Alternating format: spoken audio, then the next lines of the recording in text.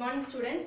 Now we are going to see the X-ray class continuation. Okay, X-ray we seen about the atom, what is atom and what is the structure of atom. Okay, then next we see about what are the scientist theory. What are John Dalton in this theory what they said. Okay, he is the first scientist. I just give one glance of X-ray class.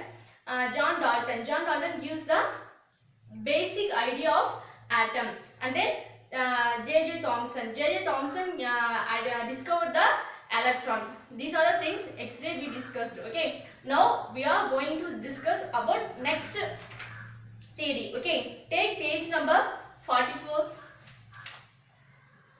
Page number 44. Page number 44. In that, everyone take it. Okay. Take page number 44. That is the Rutherford theory. Okay. Rutherford, to identify the structure of the atom, Rutherford conducting one simple experiment. Okay. Now I am explaining what the experiment is. Okay. Now, Rutherford conducting one experiment. In that, they choose the alpha rays. Okay, what is meant by alpha rays means this rays consists of 2 protons and 2 neutrons. X-ray we see about electron. Sorry, X-ray we see about atomic structure. What is a atomic structure? In center we have a nucleus. Okay, around the nucleus electron moves. Okay, this is a structure of atom. Okay, you see page number 43. Here they given the structure of atom. Here we see page number 43. Here we see the structure of the atom. Okay, X-ray we see about the structure of atom. And in nucleus it consists of proton and neutron. And in orbit we have electrons. X-ray we see about this. Okay, in alpha rays it consists of 2 proton and 2 neutron, means it is called as alpha rays. Okay, alpha rays அப்படினா என்னன்னா அல்ல 2 protonsம் 2 neutronம் இருந்தா that element is called as alpha rays அப்படினு சொல்லுவோம். ஓகேவா, the element which consists of 2 protons and 2 neutrons mean we are called as alpha. ஓகேவா, alpha rays. Rutherford choose the alpha rays. Okay, the alpha rays is passes through the lead screen. Lead screen lead தெரியுமா? lead pencil tip எல்லாம் இருக்குல, actually pencil tip வந்து graphite, அதே மாதிரி நிலக்கரி இருக்குல, அதான் lead. இந்த lead என்ன பண்ணும் அப்படினு பாத்தீங்கன்னா ரேடியோ ஆக்டிவிட்டி மெட்டீரியலை நம்ம மேல அஃபெக்ட் பண்ணாத அளவுக்கு நம்மள வந்து பாதுகாக்கும். it protect from the radio activity element. ஓகேவா, இப்போ வந்து நியூக்ளியர் ரியாக்டர் இருக்குல, அந்த நியூக்ளியர் ரியாக்டர்ல நிறைய ரேடியோ ஆக்டிவ் ரேஸ் வந்து வரும். to protect the radioactive from using this lead screen. ஓகேவா, lead நமக்கு வந்து lead cloth கொடுப்பாங்க. ஓகேவா, அங்க வர்க் பண்ற எல்லாருக்குமே என்ன ப்ரொவைட் பண்ணுவாங்க? lead cloth கொடுப்பாங்க. why they provide lead cloth means because this lead protect us from the radioactive material. ஓகேவா, அந்த ரேஸ் வந்து நம்ம மேல பட்டா it cause cancer. ஓகேவா, கேன்சர் வரும். அதிகமான ரேஸ் வந்து நம்ம மேல பட்டா it leads to death. ஓகேவா, to prevent that all the workers in the nuclear reactor they give lead dress material கொடுப்பாங்க. அது வியர் பண்ணி தான் என்ன பண்ணுவாங்க? உள்ள வர்க் பண்ண போவாங்க. ஓகேவா, இது வந்து ஒரு சோ இது என்ன பண்ண ஃபர்ஸ்ட் ஒரு ஆல்பா ரேஸா லெட் ஸ்கிரீன் வழியா பாஸ் பண்றாரு. ஓகேவா, பாஸ் பண்ணும்போது இப்போ என்ன ஆகுது? it is passes through the gold follicle. ஓகேவா, gold follicle வழியா ஒரு சின்ன ஒரு ஸ்மால் ஹோல் போட்டு என்ன பண்றாரு? அந்த ஆல்பா ரேஸை பாஸ் பண்றாரு. ஓகேவா, this alpha rays என்ன பண்ணுது அப்படி பார்த்தா this alpha rays வந்து ஃபைனலா எங்க வந்து டச் ஆகுதுன்னா zinc sulfate is one element. zinc ன்றது ஒரு element and graphite ன்றது ஒரு element. ஓகேவா, zinc is ஒரு element, sulfate ஒரு element. இது ரெண்டுமே கம்பைன் ஆகி கிடைக்கிறது தான் zinc sulfate. this one compound. ஓகேவா, zinc is one element, one different element, sulfur is a different element. Okay, these different elements combined together, what we get zinc sulfate. Okay, why Rutherford using zinc sulfate is, if the rays strike the zinc sulfate plate means it create a spark or light வந்து create ஆகும். ஓகேவா, இப்போ இந்த rays வந்து வருதா, இந்த rays வந்து lead screen cross பண்ணி வருது. ஓகேவா, through lead screen the alpha rays reaches the gold follicle sheet. gold follicle sheet னா இப்போ இந்த அலுமினியம் ஷீட்லாம் இருக்குல்ல, நம்ம ஃபுட் சில ஹோட்டல்ஸ்லாம் பேக் பண்ணி கொடுப்பாங்க, ஃபுட் பேக் பண்ணி கொடுப்பாங்களா, அந்த அலுமினியம் இந்த மாதிரி ஷேப் இருக்கு பாத்தீங்களா.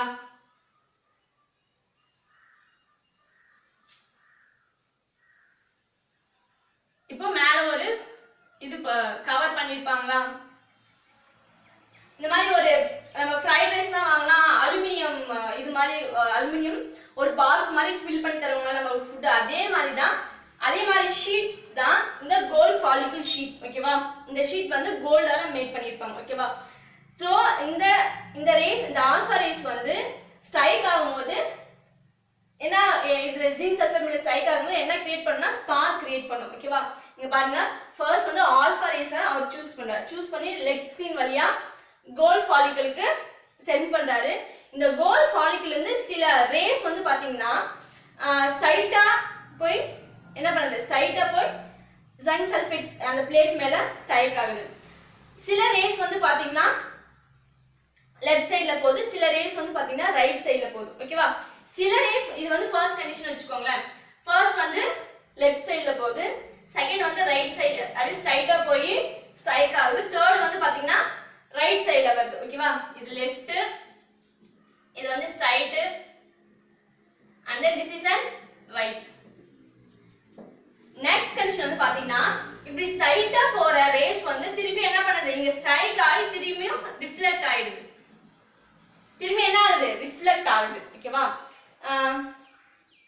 இது வந்து அவர் என்ன சொல்ல வராரு அப்படின்னு பாத்தீங்கன்னா, இந்த ரிஃப்ளெக்ட் ஆகி வர ரேஸ் வந்து பாத்தீங்கன்னா பாசிட்டிவ் ரேஸ் அப்படின்னு சொல்ல வராரு. ஓகேங்களா, இந்த ரிஃப்ளெக்ட் ஆகி வர ரேஸ் வந்து பாசிட்டிவ் ரேஸ். ஓகேவா, இதுங்க என்ன சொல்ற, நாம லாஸ்ட் கிளாஸ்ல வந்து J.J. Thomson பத்தி பார்த்தோம். In J.J. Thomson theory he explained about the negative charge பத்தி அவர் சொன்னாரா, what is called as negative charge which is nothing but electron அப்படினு சொல்லிட்டாரு. இவர் வந்து என்ன பண்றாரா, he say about positive charge. ஓகேவா, இப்போ இங்க ஸ்ட்ரைக் ஆகி ரிஃப்ளெக்ட் ஆகுற ரேஸ வந்து அவர் என்ன சொல்றாரு, பாசிட்டிவ் சார்ஜ் அப்படின்னு சொல்றாரு. ஓகேங்களா, இப்போ இதுதான் ஆக்சுவலா இவர் கண்டக்ட் பண்ண எக்ஸ்பெரிமெண்ட். ஓகேவா, ஃபர்ஸ்ட் ஒரு ஆல்ஃபா ரேஸ் சூஸ் பண்றாரு.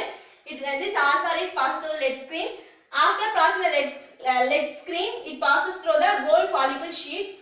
After striking the zinc sulfate sheet, it creates a spark or light. Okay, some of the rays goes to left side, some of the rays goes to right side, but some of the rays strike at side and return back. Okay, இதுதான் அவர் conduct பண்ண experiment. ஓகேவா, இந்த return ஆகிற race அவர் என்ன சொல்றாருன்னா positive charge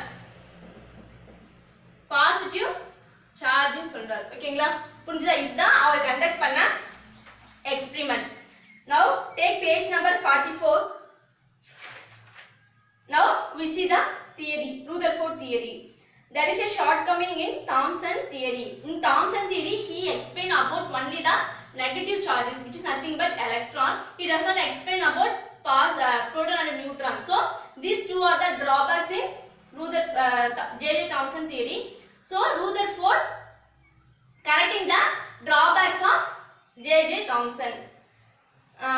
Here Rutherford give the better understanding.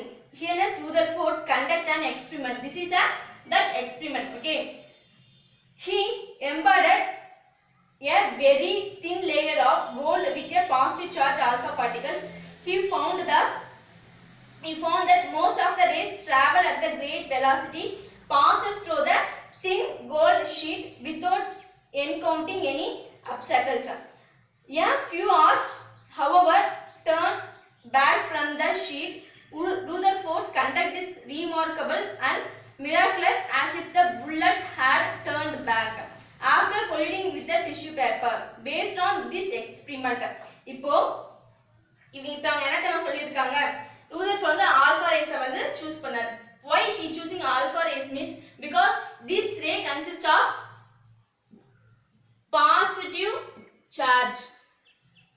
இந்த race என்னது, இந்த race consists of positive charge இருக்கிறதுனால he choosing the alpha rays. ஓகேவா, இந்த alpha rays லெட் ஸ்கிரீன் வழியா ஃபர்ஸ்ட் வந்து சென்ட் பண்றாரு. after lead screen it is passes through the gold sheet. அங்க gold sheet கொடுத்திருக்காங்க ஒரு வேர்ட், gold sheet வழியா பாஸ் பண்றாரு. அதுக்கு அப்புறம் it strike the zinc sulfate plate. ஓகேவா, zinc sulfate plate மேல போய் ஸ்ட்ரைக் ஆகுது. some of the rays are returned back. சில ரேஸ் என்ன பண்ணுது, ரிட்டர்ன் பின்னாடி வருது அப்படி சொல்றாரு. ஓகேவா, சோ இதுல இருந்து அவர் என்ன கன்க்ளூட் பண்றாரு அப்படி பாத்தீங்கன்னா, Rutherford based on this experiment Rutherford proposed this famous theory. இந்த எக்ஸ்பெரிமென்ட்ல இருந்து அவர் என்ன சொல்ல வராரு அப்படி பாத்தீங்கன்னா, the fact that most alpha rays passes through the gold sheet means that the atom consists of mainly empty spaces. இவர் என்ன சொல்றாருன்னா, most of the rays எல்லா ரேஸ்மே it is passes through the gold follicle sheetல pass ஆகுது. இப்படி இந்த gold follicle sheet வழியா எல்லா ரேஸ்மே பாஸ் ஆகுது அப்படினா அப்போ gold follicle sheetல என்ன ஆகும், நிறைய empty space இருக்கு அப்படின்றாரு. இங்க பாருங்க, நான் இங்க ரஃப் பண்ணிட்டு நான் உங்களுக்கு சொல்றேன். இதுதான் வந்து gold follicle sheet னு வெச்சுக்கோங்க. Every matter it is made up of atom. Basic unit of matter is atom னு சொன்னனா, basic unit of matter is atom. This is a இது வந்து ஃபண்டமெண்டல். எல்லா மேட்டரும் made up of atoms. ஓகேவா, அப்பனா this gold follicle is also made up of atom. அப்போ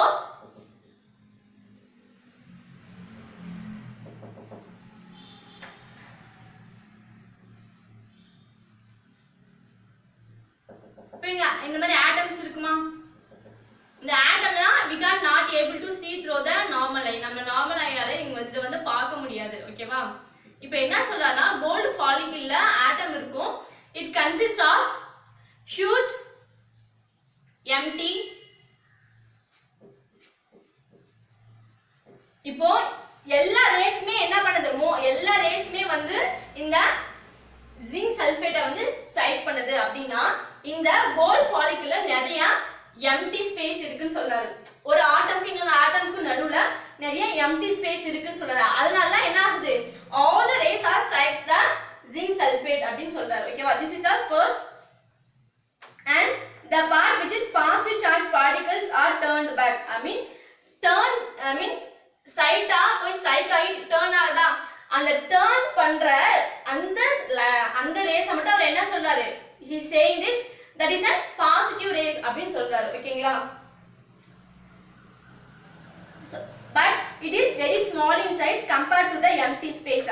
இந்த positive charge எப்படி இந்த ரிட்டர்ன் ஆகுதா, இந்த ரிட்டர்ன் ஆகுறதா பாசிட்டிவ் சார்ஜ் அப்படினு சொல்றாரு. ஓகேவா, ரிட்டர்ன் ஆகுற அந்த ஒரு ரே மட்டும் பாசிட்டிவ் சார்ஜ்னு சொல்றாரு. when comparing to the empty space, அதாவது இந்த ஃபாலிக்கிள் இருக்கிற empty space கம்பேர் பண்ணும்போது it is very small அப்படினு சொல்றாரு. ஓகேங்களா, ஃபர்ஸ்ட் அவர் என்ன சொல்றாருன்னா, the rays passes through the gold follicle sheet. இப்போ எல்லா ரேஸ்மே அவங்க அனுப்புற இந்த ஆல்பா ரேஸ் எல்லாமே என்ன பண்ணுது, கோல்ட் ஃபாலிக்கிள் ஷீட் வழியா பாஸ் ஆகி ஜிங்க் சல்ஃபேட் அந்த பிளேட்டை வந்து ஸ்ட்ரைக் பண்ணுது. ஓகேவா, சோ எல்லா ரேஸ்மே என்ன ஆகுது, எங்கயுமே ஸ்கேட்டர் ஆகாம எங்கயுமே பிரிஞ்சு போகாம என்ன பண்ணுது, ப்ராப்பரா கோல்ட் ஃபாலிக்கிள் வழியா பாஸ் ஆகுது. அப்படி பாஸ் ஆகிறதுனால என்ன சொல்றாருன்னா, this gold follicle sheet consists of huge empty space இருக்கு. empty space இருந்தா தானேப்பா நம்மள ஒரு வந்து ஓப்பனிங் இருந்தா தானே, இப்போ வந்து ஒரு வீட்டுக்கு டோர் இருந்தா தான் நம்மளால உள்ள போக முடியும்.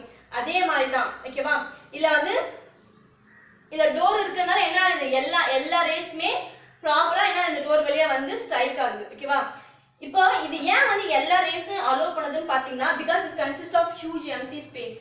எல்லாம் நிறைய empty space இருக்கறனால இது எல்லா ரேஸ்மே என்ன பண்ணுங்க, நீங்க வந்து இப்படியே போயிடுங்க அப்படினு சொல்லுது. ஓகேவா, next after striking the zinc sulfate plate some of the rays are reflected back. ஓகேவா, திரும்பி என்ன பண்ணுது, வருது. அந்த திரும்பி வர ரேஸ் தான் அவர் என்ன சொல்றாருன்னா பாசிட்டிவ் சார்ஜ் அப்படினு சொல்றாரு. ஓகேவா, புரிஞ்சுதுங்களா? அது ஏன் ரிட்டர்ன் ஆகுதுன்னா because this gold foil consists of huge space. அப்புறம் இன்னொரு கான்செப்ட் என்ன சொல்றேன்னா இந்த பாசிட்டிவ் சார்ஜ் வந்து இந்த ஆட்டமை கம்பேர் பண்ணும்போது ரொம்ப ரொம்ப ரொம்ப சின்னதா இருக்கு. ஆட்டமே ரொம்ப சின்னது, அதை விட இந்த ரேஸ் வந்து சின்னது அப்படின்னு சொல்றாரு. ஓகேங்களா? These two are the theory proposed by Rutherford. ஓகேவா? next பாருங்க. From this inferences Rutherford present this theory of the structure of the atom. இந்த எக்ஸ்பெரிமெண்ட் வச்சு அவர் என்ன பண்றாரு, ஆட்டம் உடைய ஸ்ட்ரக்சரை எக்ஸ்பிளைன் பண்றாரு. ஓகேங்களா? For this theory he awarded Nobel Prize for Chemistry. இவர் வந்து ஸ்ட்ரக்சர் ஆஃப் ஆட்டமை வந்து சொன்னதுக்காக இவர் வந்து நோபல் பிரைஸ் வாங்கியிருக்காங்க. இவர் எப்ப நோபல் பிரைஸ் கொடுத்தாங்க அப்படின்னு பாத்தீங்கன்னா, நோபல் பிரைஸ் எப்ப கொடுத்தாங்கன்னா 1908ல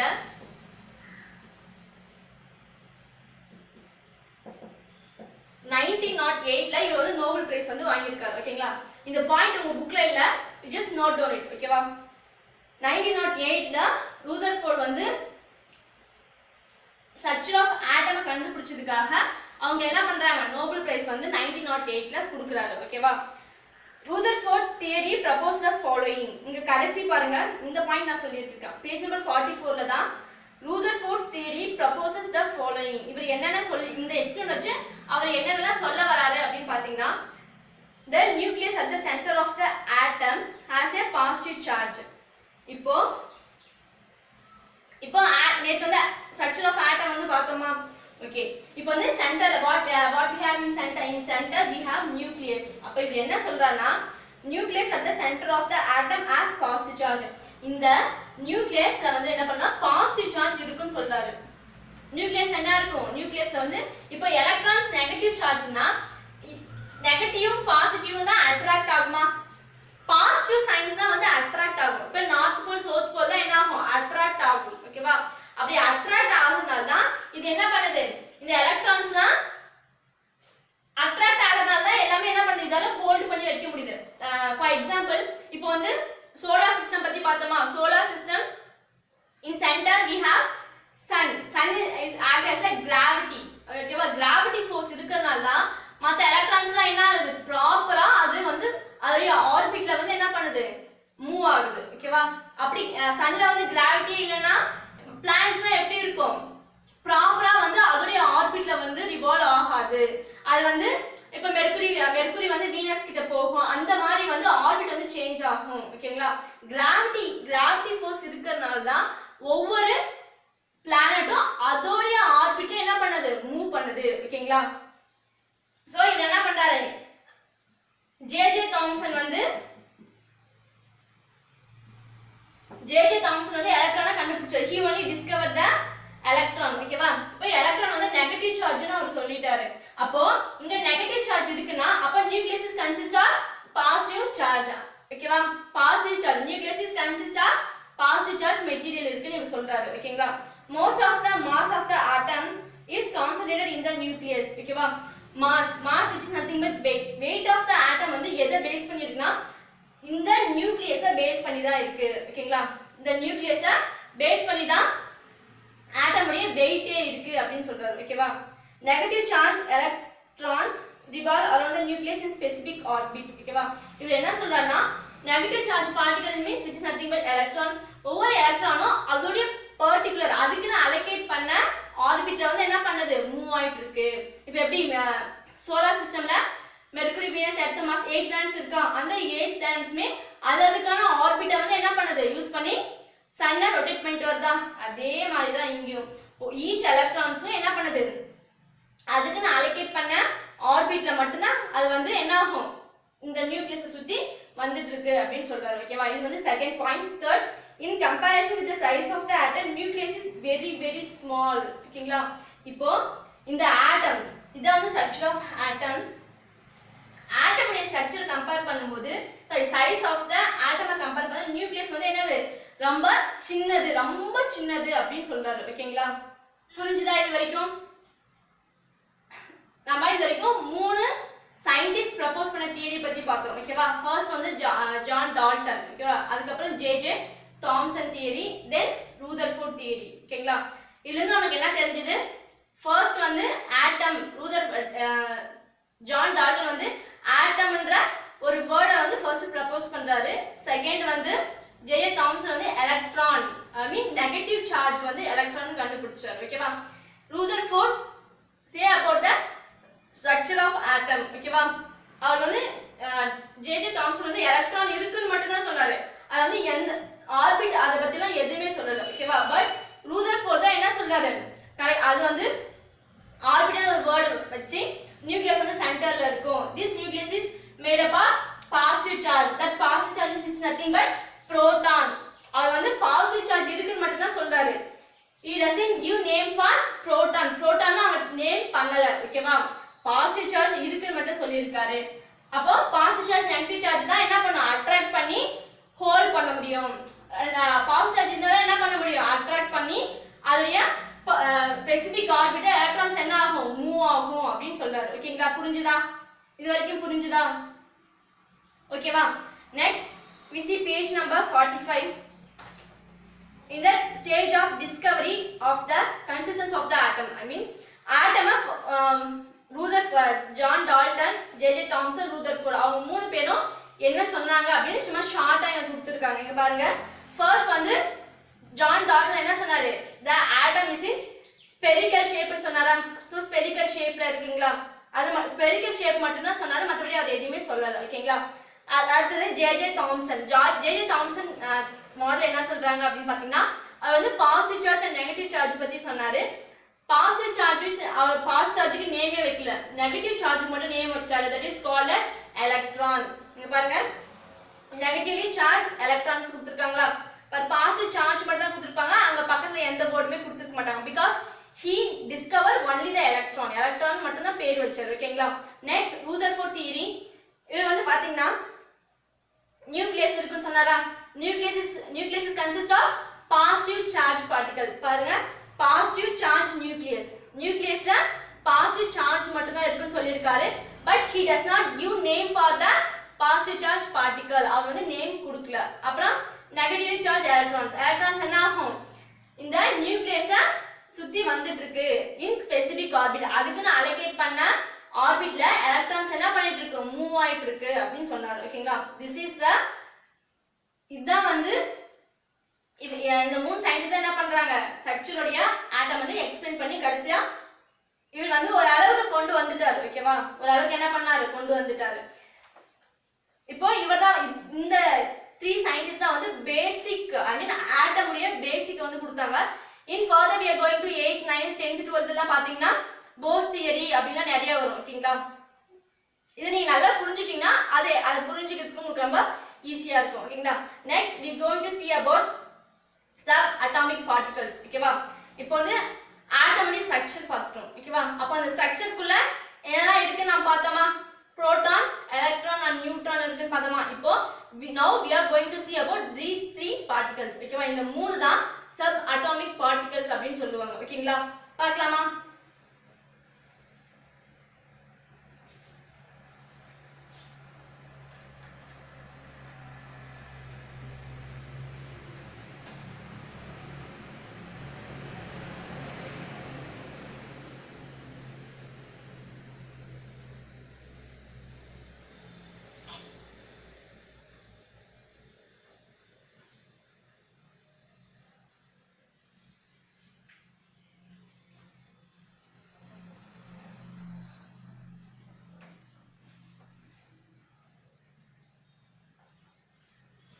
Now we see the sub-atomic particles. What are the subatomic particles? This is a structure of atom. Center we have nucleus. Around the nucleus we have electron moves around in space. அதுக்குன்னு allocate பண்ண orbitல that electron will move. Okay வா? இந்த மாதிரி electrons வந்து என்ன ஆயிட்டு இருக்கும்? Move ஆயிட்டு இருக்கும் அப்படி சொல்றாங்க. This nucleus is consist of what? Nucleus is consist of 2 particles. What are the 2 particles? One is proton, another is a neutron. Okay va? These are the electrons. these are the electrons. Okay, these three particles are called subatomic particles. Okay, இந்த மூணு particle தான் பாருங்க, proton, electron and neutron. இது மூணு தான் என்ன சொல்றாங்க, subatomic particles அப்படினு சொல்றாங்க. ஓகேவா? Now we see what are the subatomic particles and what charges they get. ஓகேவா? இந்த subatomic particles பத்தி பார்க்கலாம். அந்த ஒவ்வொரு subatomic particles என்ன சார்ஜ் வந்து அதுல இருக்கு and where they place, அது வந்து ஆட்டம்ல எங்க பிளேஸ் ஆயிருக்கு அப்படினு பார்க்கலாம். ஓகேங்களா? The discoveries made during the 20th century prove that atoms of all elements are made up of smaller components. இது வந்து இந்த subatomic particles தான் எல்லா எலிமெண்ட்டும் மேட் ஆயிருக்கு அப்படினு சொல்லி எப்ப கண்டுபிடிச்சாங்கன்னா 20th century தான் கண்டுபிடிச்சிருக்காங்க. which is nothing but 1999 க்கு முன்னாடி வந்து இந்த மாதிரி கண்டுபிடிச்சிருக்காங்க. என்ன கண்டுபிடிச்சிருக்காங்க? all element is made up of smaller atom அப்படினு சொன்னா, நான் என்ன சொன்னல, the basic unit of matter is என்னது? basic unit of matter என்னன்னு சொன்னேன்? atom சொன்னேனா? so all atom is made up of what? atom. ஓகேங்களா? எல்லா மேட்டருமே எதனால ஆனதா? ஆட்டமால ஆனதான்னு சொல்றாரு. ஓகேவா? The discoveries made during the 20th century prove that atoms of all elements are made up of smaller components. and then அது என்ன component அப்படினு பாத்தீங்கன்னா electron, proton and neutron அப்படி சொல்றாங்க. இந்த electron, proton, neutron தான் எல்லா எலிமெண்ட்டுமே பேசிக் காம்போனன்ட் இதுதான் அப்படினு சொல்றாங்க. ஓகேவா? Next, an electron from the hydrogen atom is no different from the electron of the carbon atom. In the same manner, proton and neutron of all elements also have same characters. These particles are made up of atom are called subatomic particles. ஓகேவா? இந்த மூணு தான், proton, electron, neutron தான் என்ன சொல்றாங்க, subatomic particles அப்படினு சொல்றாங்க. ஓகேவா? இப்போ now we are going to see about proton பத்தி பார்க்கலாம். ஓகேங்களா? and proton is an positive charge particle. இது வந்து proton வந்து என்ன சொல்றாங்க, positive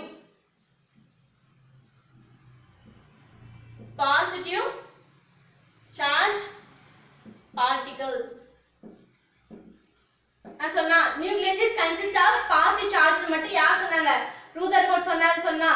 so proton வந்து எல்லாம் இருக்கு, இதுல வந்து positive charge அப்படினு சொல்றாரு. ஓகேவா?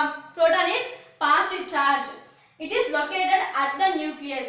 proton எங்க இருக்கு? nucleus குள்ளார இருக்கு அப்படினு சொல்றாங்க. okay, next point, it is positive charge is the same magnifying as a negative electron's negative charge. ஓகேவா? when comparing size of proton and the electron உடைய சைஸும் proton உடைய சைஸும் கம்பேர் பண்ணும்போது these two are same size. எலக்ட்ரானும் புரோட்டானும் எப்படி இருக்கு? Same சைஸ்ல இருக்கு அப்படினு சொல்றாங்க. ஓகேங்களா? same size and same in count.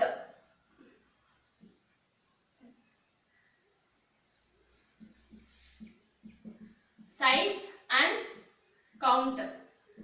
கவுண்ட்லயும் சைஸ், இப்போ வந்து 2 எலக்ட்ரான்ஸ் இருந்தா கண்டிப்பா அந்த இடத்துல 2 புரோட்டான்ஸ் வந்து இருக்கும். ஓகேங்களா?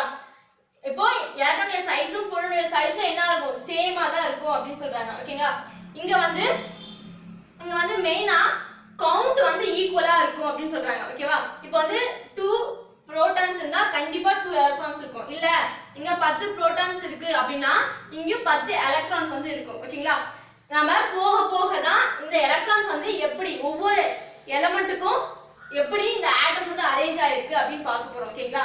இப்பவே போட்டு கன்ஃபியூஸ் பண்ணிக்காதீங்க. இந்த எலக்ட்ரான்ஸ்லாம் எப்படி வந்து அந்த ஆர்பிட்ல வந்து ஹோல்ட் ஆகுதுன்னு கன்ஃபியூஸ் பண்ணிக்காதீங்க. இங்க பாருங்க, atomic number, mass number, valency, இந்த மூணு டாபிக் பத்தி பார்க்கும்போது நாம இந்த எலக்ட்ரான்ஸ் வந்து எப்படி வந்து அது வந்து ஆர்பிட்ல வந்து அலோகேட் பண்றாங்க அப்படின்னு சொல்லி பார்க்கலாம். ஓகேங்களா? இப்போ நீங்க இத பத்தி கன்ஃபியூஸ் பண்ணிக்காதீங்க. இப்போ உங்க மைண்ட்ல என்ன மட்டும் தான் இருக்கணும்னா, ஆட்டம் வந்து சென்ட்ரல்ல நியூக்ளியஸ் இருக்கு, நியூக்ளியஸை சுத்தி ஆர்பிட் இருக்கு. அந்த ஆர்பிட்ல வந்து பாத்தீங்கன்னா there are lot of electrons move in each orbit. ஓகேவா? அது மட்டும் ஞாபகம் வச்சுக்கோங்க. அதுக்கு அப்புறம் nucleus is consist of proton, neutron and then in orbit there are electrons. இந்த கான்செப்ட் மட்டும் ஞாபகம் வச்சுக்கோங்க. மற்றபடி இந்த எலக்ட்ரான்ஸ் எப்படி ஃபில் ஆகுது அப்படின்றத நம்ம பின்னாடி பார்க்கலாம். ஓகேங்களா? சோ இப்போ புரோட்டான் வந்து முடிஞ்சிச்சு. Proton it is made up of positive charge particle. ஓகேங்களா? புரோட்டான் வந்து என்னது? Positive charge. புரோட்டான் பாசிட்டிவ் பாருங்க, புரோட்டான் பாசிட்டிவ், pp ஞாபகம் வச்சுக்கோங்க. ஓகேங்களா? புரோட்டான் வந்து என்னது? it is made up of positive charge particle, pp ஞாபகம் வச்சுக்கோங்க. புரோட்டான் பாசிட்டிவ் ஞாபகம் வச்சுக்கோங்க. ஓகேங்களா? then comparing the size of electron and proton, same. electron proton ஒரே அளவு, more or less ஈக்குவலா இருக்கும். ஓகேங்களா? பட் ஆனா கவுண்ட் பத்தி பாக்கும்போது எக்ஸாக்ட்டா ஈக்குவலா இருக்கும். ஓகேங்களா? கவுண்ட் இப்போ வந்து 2 எலக்ட்ரான்ஸ் இருந்தா புரோட்டானும் 2 இருக்கும். ஓகேங்களா? புரோட்டான்ஸ் 10 இருந்தா எலக்ட்ரானும் அந்த எங்க எப்படி இருக்கும்? அங்க வந்து 10 தான் இருக்கும் அப்படினு சொல்றாங்க. ஓகேங்களா? நெக்ஸ்ட் இதான் வந்து பாசிட்டிவ் சார்ஜ் பத்தி இங்க சொல்லிருக்கேன். மீன் புரோட்டான் பத்தி இங்க சொல்லிருக்காங்க. ஓகேவா? Next we see about neutron. Second we are going to see about neutron. Neutron is inside the nucleus. இங்க பாருங்க, நியூக்ளியஸ்ல புரோட்டான் இருக்கும், நியூட்ரானும் இருக்குன்னு சொன்னா, அப்போ neutron is inside the nucleus. நியூட்ரானும் எங்க தான் இருக்கு? நியூக்ளியஸ் குள்ள தான் இருக்கு. இந்த ரெண்டுமே நியூக்ளியஸ் குள்ள தான் என்ன இருக்கு? நியூக்ளியஸ் குள்ள தான் embedded ஜாயினா இருக்கு அப்படினு சொல்றாங்க. ஓகேங்களா? the neutron does not have any charge. ஓகேவா? இந்த நியூட்ரானுக்கு no charge. இந்த நியூட்ரானுக்கு எந்த ஒரு சார்ஜ், பாசிட்டிவ் நெகட்டிவ் சார்ஜ் இது ரெண்டுமே இல்ல அப்படினு சொல்றாங்க. ஓகேங்களா? then except hydrogen the nucleus of all atom contain neutrons. ஓகேவா? hydrogen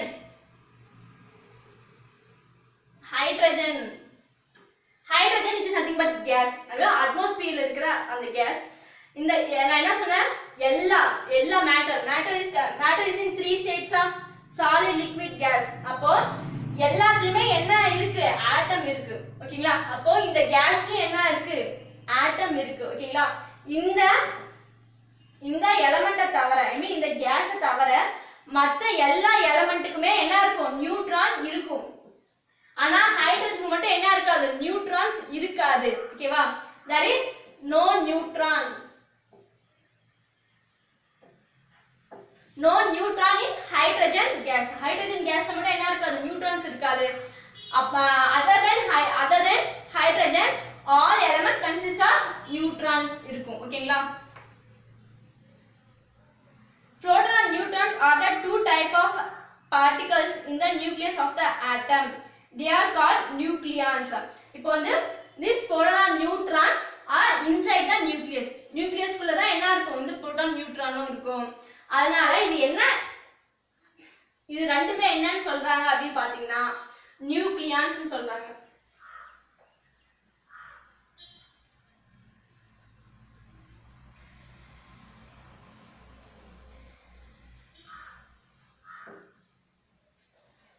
சோ புரோட்டான்ஸும் நியூட்ரானும் நியூக்ளியஸ்ல இது ரெண்டு பார்ட்டிகளுமே ஒரே இடத்துல இருக்கிறதுனால then we call as nucleons.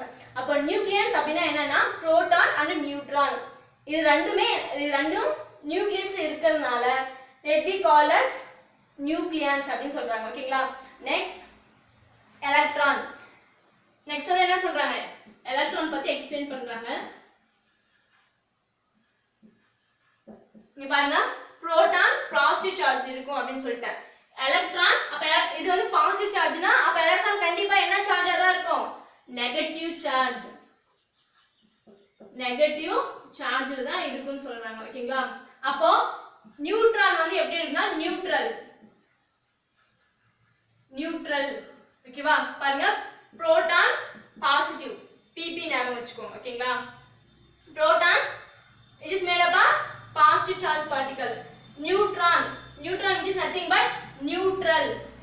இங்க எப்படி pp ஞாபகம் வச்சுக்கோங்க, அதே மாதிரி இங்க n ஞாபகம் வச்சுக்கோங்க. Proton positive, neutron neutral. ஓகேவா? ஏன்னா அதுக்கு எந்த சார்ஜுமே இல்ல அப்படி ஞாபகம் வச்சுக்கோங்க. அப்புறம் எலக்ட்ரான், அப்ப பாசிட்டிவ் சார்ஜ் வந்து புரோட்டான் போயிடுச்சுன்னா நெகட்டிவ் சார்ஜ் யாருக்கு வரும்? எலக்ட்ரான்ஸ்க்கு ஆட்டோமேட்டிக்கா வந்துரும். ஓகேங்களா? எலக்ட்ரான்ஸ் அடுத்து எலக்ட்ரான்ஸ் வந்து பாருங்க, this is negatively charged particles. Electron வந்து negatively charged particle. Next, electrons revolve around the nucleus of the atom in specific orbit. இந்த எலக்ட்ரான் என்ன ஆகுது அதுக்கு அலோகேட் பண்ண ஆர்பிட்ல என்ன பண்ணிட்டு இருக்கு மூவ் ஆயிட்டு இருக்கு ஓகேங்களா அதுக்கு அலோகேட் பண்ண ஆர்பிட்ல மட்டும் தான் அது மூவ் ஆகும் ஓகேங்களா இப்போ எலக்ட்ரான்ஸ் இங்க இருக்குனா இங்க போய் மூவ் ஆகாது அதுக்கு அலோகேட் பண்ண ஆர்பிட்ல மட்டும் தான் என்ன ஆகும் மூவ் ஆயிட்டு இருக்கும் அப்படி சொல்றாங்க ஓகேங்களா next the mass of the electron is negligible as comparing to that of protons and neutrons இப்போ mass is nothing but weight இந்த புரோட்டானும் நியூட்ரானை கம்பேர் பண்ணும்போது எலக்ட்ரானுடைய weight வந்து ரொம்ப சின்னது இதுவே சின்னதுதான் ஓகேவா புரோட்டானும் நியூட்ரானுடைய weight ரெண்டுத்தையும் சேர்த்து weight இருக்குமா இப்போ இந்த ரெண்டுடைய weight கம்பேர் பண்ணும்போது எலக்ட்ரானுடைய weight ரொம்ப சின்னதா இருக்கும் அப்படினு சொல்றாங்க ஓகேவா hence the mass of the atom depends upon the number of protons and neutrons in the nucleus so இந்த எலக்ட்ரான் வந்து ரொம்ப சின்னதா இருக்கிறதுனால இந்த ஆட்டம் உடைய மாஸ் வந்து எதை பேஸ் பண்ணி இருக்குன்னு பாத்தீங்கன்னா புரோட்டான் and நியூட்ரான் இது ரெண்டும் பேஸ் பண்ணி தான் என்ன இருக்கு ஆட்டம் உடைய weight I mean mass வந்து இருக்குன்னு சொல்றாங்க சோ இதுல என்ன தெரியுது mass of the atom is based on proton and neutron புரியுதுங்களா the total negative charge of all the electrons outside the nucleus is equal to the positive charge in the nucleus இங்க என்ன சொல்றாங்கன்னா total number of negative charge of all the atom I mean atom இருக்கா atom negative charge so இந்த negative charge number of positive charges எப்படி தான் இருக்கும் ஈக்குவலா இருக்கும் hence that takes the atom is electrically neutral அப்படினு சொல்றாங்க இப்போ வந்து பாத்தீங்கன்னா இங்க என்ன சொல்றாங்கன்னா எவ்வளவு number of positive charge இருக்கும் இது வந்து positive charge இது negative charge எவ்வளவு number of positive charge இருக்கோ positive charge equal to negative charge இங்க எழுதுறேன் இங்க என்ன சொல்றாங்கன்னா number of total number of positive charge that is equal to total number of negative charge ஓகேவா சோ பாசிட்டிவ் சார்ஜும் நெகட்டிவ் சார்ஜும் ஈக்குவலா இருக்கும் அப்படினு சொல்றாங்க நேத்து நம்ம ஒரு ஈக்குவேஷன் பார்த்தோமா இப்போ ரெண்டு பாசிட்டிவ் சார்ஜ் இருக்கு ரெண்டு நெகட்டிவ் சார்ஜ் இருக்குனா அப்ப இந்த பாசிட்டிவும் இந்த நெகட்டிவும் கேன்சல் ஆகும் இந்த நெகட்டிவும் இந்த பாசிட்டிவும் கேன்சல் ஆகும் அப்ப நமக்கு என்ன கிடைக்கும் 0 கிடைக்குமா அப்போ நமக்கு என்ன கிடைக்கும் 0 தான் கிடைக்கும் ஓகேங்களா இந்த 0 தான் என்ன சொல்றாங்க நியூட்ரல் எலக்ட்ரிக்கலி நியூட்ரல் அப்படினு சொல்றாங்க ஓகேங்களா புரிஞ்சுதா இப்ப இது ஏன் நியூட்ரல் அப்படினு சொல்றாங்கன்னா because same number of positive and negative charge இருந்தா அது எல்லாமே என்ன ஆகும் கேன்சல் ஆகும் நமக்கு கடைசியா என்ன கிடைக்கும் நியூட்ரல் தான் கிடைக்கும் ஓகேங்களா புரிஞ்சுதா இது வரைக்கும் ஓகேவா இப்போ இதுவரைக்கும் நம்ம என்ன பார்த்திருக்கோம் பாத்தீங்கன்னா ரூதர்ஃபோர்ட் எக்ஸ்பெரிமென்ட் பார்த்தோம் அவரை அதுல வந்து என்ன எக்ஸ்பிளைன் பண்ணாரு நியூக்ளியஸ் ஆஃப் தி ஆட்டம் வந்து எக்ஸ்பிளைன் பண்ணிருக்காரு so for that he get the Nobel Prize in 1908 ல Nobel Prize வந்து get பண்ணாரு ஓகேங்களா next we see about subatomic particles what are the subatomic particles proton neutron and electron these three components are called subatomic particles ஓகேவா இன்னைக்கு இதோட போதும் next we see the new topic ஓகேவா just எல்லாமே ஒரு முறை படிங்க படிச்சாதான் உங்களுக்கு வந்து இது புது டாபிக் ஓகேங்களா அதனால ஒரு முறை ரெண்டு முறை நல்லா படிங்க படிச்சாதான் வந்து உங்களுக்கு அது புரியும் ஓகேங்களா just thank you next class we see about the remaining things